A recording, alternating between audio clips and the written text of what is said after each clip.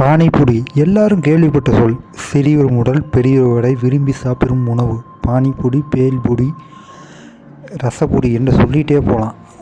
திடீர்னு கர்நாடகத்தில் பானிபூரியில் குற்றச்சாட்டு சொல்லி மாதிரி சோதனைகள் நடத்தியிருக்காங்க. அதில் கிட்டத்தட்ட 22% பார்த்திங்கன்னா பானிபூரி சாப்பிட்டா புற்றுநோய் வரும்னு அதிகாரிகள் ஆய்வு செஞ்சுருக்காங்க. அதில் ஒரு 7-8% பானிபூரியை மனிதர்கள் சாப்பிடும் உணவே இல்லை அப்படின்னு ஆய்வு செஞ்சுருக்காங்க. இதை கிட்டோன்னா இந்தியாவே ஷாக்கிங் ஆகிடுச்சுன்னு தான் சொல்ல முடியும். அதனால் பானிபூரியை எப்படி தயார் பண்ணுறாங்கன்னு நம்ம பார்க்கலாம். எப்படி ரசாயன பொருள் வருதுன்னு நம்ம பார்க்கலாம் வாங்க.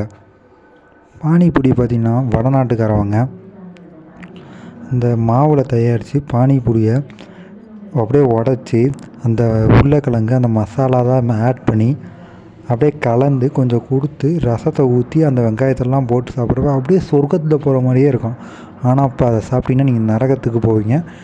அதனால் பானிபூரியை தவிர்க்கணுன்னு தான் நான் சொல்லுவேன். அது மட்டும் இல்லை, கர்நாடகத்தில் பார்த்திங்கன்னா இதுக்கு முன்னாடி பஞ்சு மிட்டாய், கோபி சென்ட்ரியன் என்ற இந்த உணவில் பார்த்திங்கன்னா செயற்கை ரசாயன பொருள் கலந்துருக்கு அப்படின்னு ஆய்வு செஞ்சு நடத்தி தடை செஞ்சுருக்காங்க.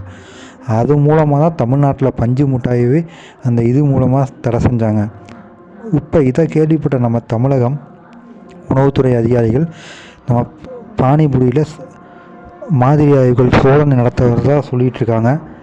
நடத்தி அதுலேயும் செக் பண்ணி பார்த்தா என்ன நடக்குதுன்னு தெரியும்.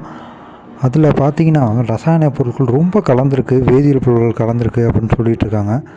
அதனால் கண்டிப்பாக பெற்றோர்கள் தங்களோட குழந்தைகளுக்கு பானிபூரியை இன்னும் கொஞ்சம் நாட்கள் வாங்கி தர வேணாம்னு தான் சொல்லுவேன். அதை தவிர்த்தே பண்ணணுன்னு தான் சொல்லுவேன்.